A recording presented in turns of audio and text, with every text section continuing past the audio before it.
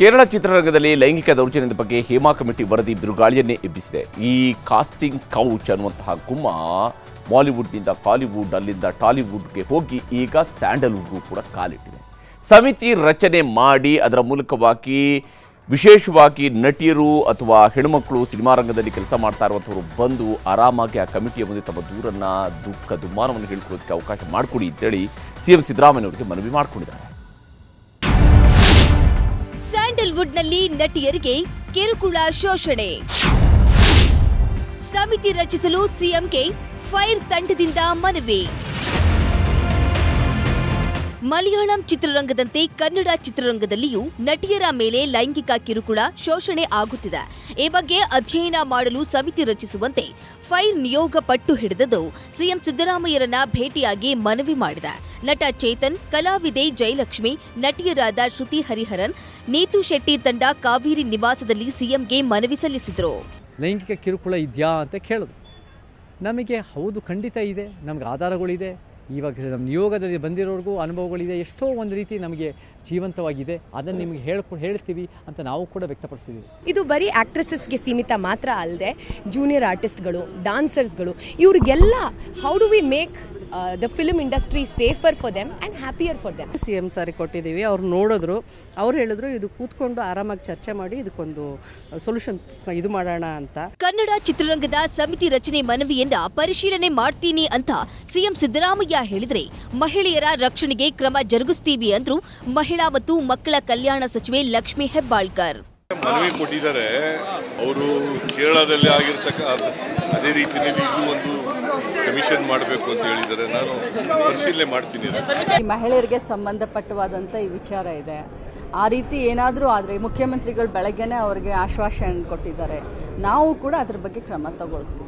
ಸಮಿತಿ ರಚನೆ ಮನವಿ ಪತ್ರಕ್ಕೆ ಫೈರ್ ಅಧ್ಯಕ್ಷೆ ನಿರ್ದೇಶಕಿ ಕವಿತಾ ಲಂಕೇಶ್, ನಟ ಚೇತನ್ ಅಹಿಂಸಾ, ನಟ ಸುದೀಪ್, ಕಿಶೋರ್, ನಟಿಯರಾದ ರಮ್ಯಾ, ಶ್ರುತಿ ಹರಿಹರನ್, ಆಶಿಕಾ ರಂಗನಾಥ್, ಐಂದ್ರಿತಾರೆ ಸೇರಿದಂತೆ ಒಟ್ಟು 153 ನಟ ನಟಿಯರು ಸಹಿ ಹಾಕಿದ್ದಾರೆ. ಇದರಲ್ಲಿ ಪ್ರಮುಖವಾಗಿ 10 ಅಂಶಗಳನ್ನು ಉಲ್ಲೇಖಿಸಿದ್ದಾರೆ. ಸ್ಯಾಂಡಲ್ವುಡ್ನಲ್ಲೂ ಲೈಂಗಿಕ ಶೋಷಣೆ ಆಗ್ತಿದೆ. ಹಾಗಾಗಿ ಕೇರಳದ ಹೇಮಾ ಸಮಿತಿ ಮಾದರಿಯಲ್ಲಿ ಇಲ್ಲೂ ಕೂಡ ಸಮಿತಿ ರಚಿಸಬೇಕು. ಮಹಿಳೆಯರ ಮೇಲಿನ ದೌರ್ಜನ್ಯದ ಬಗ್ಗೆ ಅಧ್ಯಯನ ಅಗತ್ಯವಿದೆ. ಧೈರ್ಯವಾಗಿ ಕೆಲಸ ಮಾಡುವ ವಾತಾವರಣ ಬೇಕಾಗಿದೆ. ವೃತ್ತಿ ಜೀವನದಲ್ಲಿ ಲಿಂಗ ತಾರತಮ್ಯ ನಿವಾರಣೆ ಮಾಡುವ ಅಗತ್ಯ ಇದೆ. ನಿವೃತ್ತ ನ್ಯಾಯಮೂರ್ತಿಗಳ ನೇತೃತ್ವದಲ್ಲಿ ಸರ್ಕಾರ ಸಮಿತಿ ರಚಿಸಬೇಕು. 3 ತಿಂಗಳೊಳಗೆ ವರದಿ ನೀಡುವಂತೆ ಸೂಚನೆ ನೀಡಿ ವರದಿಯನ್ನ ಬಹಿರಂಗಪಡಿಸಬೇಕೆಂದು ಫೈರ್ ನಿಯೋಗ ಆಗ್ರಹಿಸಿದೆ. ಮಾಲಿವುಡ್ನಲ್ಲಿ ಕಾಮಕಾಂಡ ಪ್ರಕರಣ. ವಿಶೇಷ ಪೀಠ ರಚನೆಗೆ ಮುಂದಾದ ಹೈಕೋರ್ಟ್. ಕೇರಳ ಚಿತ್ರರಂಗದಲ್ಲಿನ ಲೈಂಗಿಕ ದೌರ್ಜನ್ಯದ ಬಗ್ಗೆ ಹೇಮಾ ಸಮಿತಿ ವರದಿಗೆ ಸಂಬಂಧಿಸಿದ ವಿಷಯಗಳ ವಿಚಾರಣೆಗೆ ಕೇರಳ ಹೈಕೋರ್ಟ್ 5 ನ್ಯಾಯಾಧೀಶರ ವಿಶೇಷ ಪೀಠವನ್ನು ರಚಿಸುವುದಾಗಿ ತಿಳಿಸಿದೆ. ಅಂದಹಾಗೆ ಮಲಯಾಳಂ ಚಿತ್ರರಂಗದಲ್ಲಿ ಲೈಂಗಿಕ ದೌರ್ಜನ್ಯ, ಶೋಷಣೆ ಇದೆ ಅಂತ ಕೆಲವು ನಟಿಯರು ಆರೋಪಿಸಿದ್ರು. ನಟರಾದ ಸಿದ್ದಿಕ್, ಮಮ್ಮುಟ್ಟಿ, ಮುಖೇಶ್, ಜಯಸೂರ್ಯ, ನಿರ್ದೇಶಕ ರಂಜಿತ್ ಸೇರಿ ಹಲವು ನಟ ನಿರ್ದೇಶಕರ ವಿರುದ್ಧ ಅತ್ಯಾಚಾರ, ಲೈಂಗಿಕ ಕಿರುಕುಳ ಆರೋಪದಲ್ಲಿ ಕೇಸ್ ದಾಖಲಾಗಿದೆ. ಈ ವಿವಾದ ಜೋರಾಗ್ತಿದ್ದಂತೆ ಮಲಯಾಳಂ ಚಿತ್ರರಂಗದ ಕಲಾವಿದರ ಸಂಘಕ್ಕೆ ಮೋಹನ್ ಲಾಲ್ ರಾಜೀನಾಮೆ ನೀಡುವ ಮೂಲಕ ಇಡೀ ಸಂಘವನ್ನ ಸಂಪೂರ್ಣ ವಿಸರ್ಜಿಸಿದ್ರು. ಈಗ ಸರ್ಕಾರ ಸಮಿತಿ ರಚಿಸಿದ್ದೇ ಆದ್ರೆ ಕನ್ನಡ ಚಿತ್ರರಂಗದಲ್ಲೂ ಯಾರ ಮುಖವಾಡ ಹೊರಬೀಳುತ್ತೋ ಅನ್ನೋ ಆತಂಕ ಶುರುವಾಗಿದೆ. Bureau report, news 18. 2 ವರ್ಷಗಳ ಹಿಂದಿನ ಹಿಜಾಬ್ ವಿವಾದ ಮತ್ತೆ ಈಗ ತಲೆ ಎತ್ತಿದೆ. ಹಿಜಾಬ್ ಬಂದಿದ್ದಂತಹ ವಿದ್ಯಾರ್ಥಿನಿಯರನ್ನ ಕುಂದಾಪುರದ PU ಕಾಲೇಜಲ್ಲಿ ಪ್ರಾಂಶುಪಾಲರು ಅವತ್ತು ತಡೆದಿದ್ರು. ಅದೇ ಪ್ರಾಂಶುಪಾಲರಿಗೆ ಈಗ ಸರ್ಕಾರದ ಸಿಟ್ಟಿಗೂ ಕೂಡ ಅವರು ಸಿಲುಕಿದ್ದಾರೆ. ಯಾಕಂದರೆ ಬೆಸ್ಟ್ ಪ್ರಾಂಶುಪಾಲ ಅಂತ ರಾಜ್ಯ ಪ್ರಶಸ್ತಿಯನ್ನು ಕೊಟ್ಟಿದ್ದಂಥ ಸರ್ಕಾರ ದಿಢೀರಂತ ಆ ಪ್ರಶಸ್ತಿಯನ್ನು ತಡೆ ಹಿಡಿದಿರೋದು ಅನೇಕ ಪ್ರಶ್ನೆಗಳನ್ನು ಹುಟ್ಟುಹಾಕಿದೆ.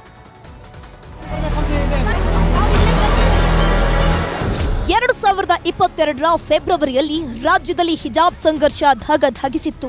ಬೊಮ್ಮಾಯಿ ಸರ್ಕಾರದ ಅವಧಿಯಲ್ಲಿ ಉಡುಪಿಯಲ್ಲಿ ಹೊತ್ತಿದ್ದ ಹಿಜಾಬ್ ಕಿಡಿ ರಾಷ್ಟ್ರ ವ್ಯಾಪ್ತಿಯಲ್ಲಿ ಸದ್ದು ಮಾಡಿತ್ತು.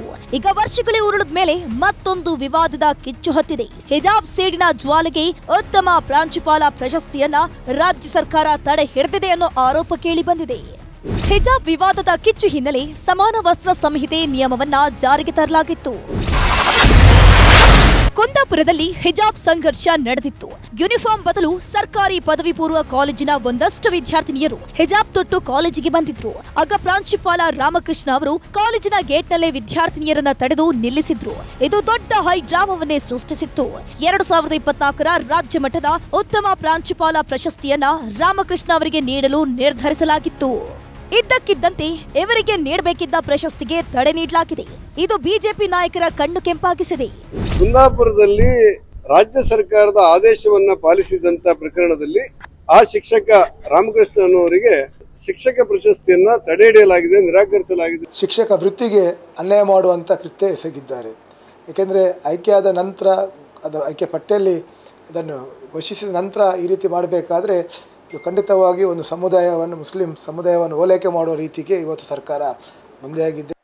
ಅವರೇ ಆಯ್ಕೆ ಮಾಡಿದಂಥ ಟೀಚರ್ನ ಅವರೇ ಕೊನೆ ಗಳಿಗೆಯಲ್ಲಿ ಅವಾರ್ಡನ್ನು ಹಿಂತೆಗೆದುಕೊಂಡಿರುವಂಥದ್ದು ಎಲ್ಲೋ ಒಂದು ಕಡೆ ಈ ಫೋರ್ಸಸ್ಸು ಮತ್ತು ಮೈನಾರಿಟಿ ಅಪೀಸ್ಮೆಂಟ್ ಓಲೈಕೆಯ ರಾಜಕಾರಣದ ಹಿನ್ನೆಲೆಯಲ್ಲಿ ಕೆಲಸ ಮಾಡಿದ್ದಾರೆ. ಬೆಂಗಳೂರಿನ ವಿಧಾನಸೌಧದಲ್ಲಿ ಶಿಕ್ಷಕರ ದಿನಾಚರಣೆ ಉದ್ದೇಶಿಸಿ ಸಿಎಂ ಭಾಷಣ ಮಾಡಿದ್ರು.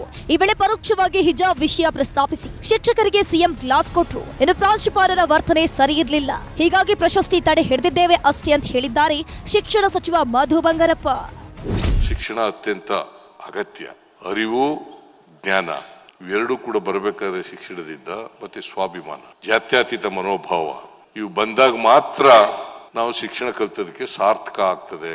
ಅವರ ಬಿಹೇವಿಯರ್ ಡ್ಯೂರಿಂಗ್ ದ ಹಿಜಾಬ್ ಆ ಇಶ್ಯೂ ಆದಾಗ ಆ ಸ್ಟೂಡೆಂಟ್ಸ್ ನ ಯಾವ ರೀತಿ ಅವರು ವರ್ತನೆಯನ್ನು ಮಾಡಿದ್ದಾರೆ ಅನ್ನೋದು ಒಂದು ಪ್ರಶ್ನೆ ಅಷ್ಟೇ. ಅದನ್ನ ವಿತ್ಹೆಲ್ಡ್ ಮಾಡಿದಾರೆ, ಕ್ಯಾನ್ಸಲ್ ಮಾಡಿಲ್ಲ. ಚರ್ಚೆ ಮಾಡಿ ಕೊಡ್ಬೇಕು, ಅದು ನಮ್ಮ ಇಲಾಖೆಯ ಕರ್ತವ್ಯ ಆಗ್ತದೆ. ಒಟ್ನಲ್ಲಿ ದ್ವೇಷದ ರಾಜಕಾರಣವೋ ಅಥವಾ ಮತ್ತೊಂದೋ ಗೊತ್ತಿಲ್ಲ, ಸರ್ಕಾರದ ನಿರ್ಧಾರ ವಿಪಕ್ಷಗಳ ಕಣ್ಣನ್ನ ಕೆಂಪಾಗಿಸಿದೆ. ಗಣೇಶ್ ಸೈಬ್ರಕಟ್ಟೆ, ನ್ಯೂಸ್ 18 ಉಡುಪಿ. ಈಗ ರಾಜ್ಯ ದೇಶ ವಿದೇಶಗಳ ಮತ್ತಷ್ಟು ಪ್ರಮುಖ ಸುದ್ದಿಗಳನ್ನು ಕ್ವಿಕ್ ಆಗಿ ನೋಡೋಣ. ರಾಜ್ಯ ಕಾಂಗ್ರೆಸ್ ಸರ್ಕಾರದ ವಿರುದ್ಧ ರಾಜ್ಯಪಾಲರು ರಾಷ್ಟ್ರಪತಿಗೆ ಪತ್ರ ಬರೆದಿದ್ದಾರೆ. ಮೂಡ ಹಗರಣದಲ್ಲಿ ರಾಜಭವನವನ್ನ ಕಾಂಗ್ರೆಸ್ ನಾಯಕರು ಟಾರ್ಗೆಟ್ ಮಾಡ್ತಿದ್ದಾರೆ. ನನ್ನ ವಿರುದ್ಧ ರಾಜ್ಯಾದ್ಯಂತ ಪ್ರತಿಭಟನೆಯನ್ನ ಮಾಡ್ತಿದ್ದಾರೆ.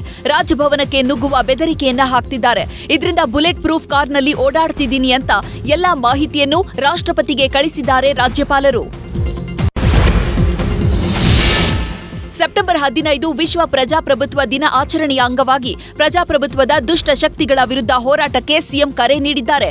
ಬೀದರ್ನಿಂದ ಚಾಮರಾಜನಗರದವರೆಗೂ 2500 ಕಿಲೋಮೀಟರ್ ಉದ್ದದ ಮಾನವ ಸರಪಳಿ ನಿರ್ಮಿಸಬೇಕಂತ ಸಿಎಂ ಹೇಳಿದ್ದಾರೆ. ಇವತ್ತು ಕ್ಯಾಬಿನೆಟ್ ಮೀಟಿಂಗ್ನಲ್ಲಿ ಹಲವು ವಿಚಾರಗಳನ್ನ ಚರ್ಚಿಸಲಾಯಿತು. ಪ್ರಮುಖವಾಗಿ ಕುನ್ವಾ ಸಮಿತಿ ನೀಡಿದ ಕೋವಿಡ್ ಹಗರಣದ ವರದಿಯನ್ನ ಚರ್ಚಿಸಲಾಗಿದೆ. ಪರಿಶೀಲಿಸಿ ಮುಂದಿನ ಕ್ರಮದ ಬಗ್ಗೆ ಹಿರಿಯ ಅಧಿಕಾರಿಗಳಿಗೆ ಸಿಎಂ ಸೂಚಿಸಿದ್ದಾರೆ. ಪಬ್ಲಿಕ್ ಅಕೌಂಟೆಂಟ್ ಕೊಟ್ಟಂತಹ ವರದಿಯಲ್ಲಿ ಹಲವು ಮಂತ್ರಿಗಳ ಹೆಸರು ಕೂಡ ಉಲ್ಲೇಖವಾಗಿದೆ.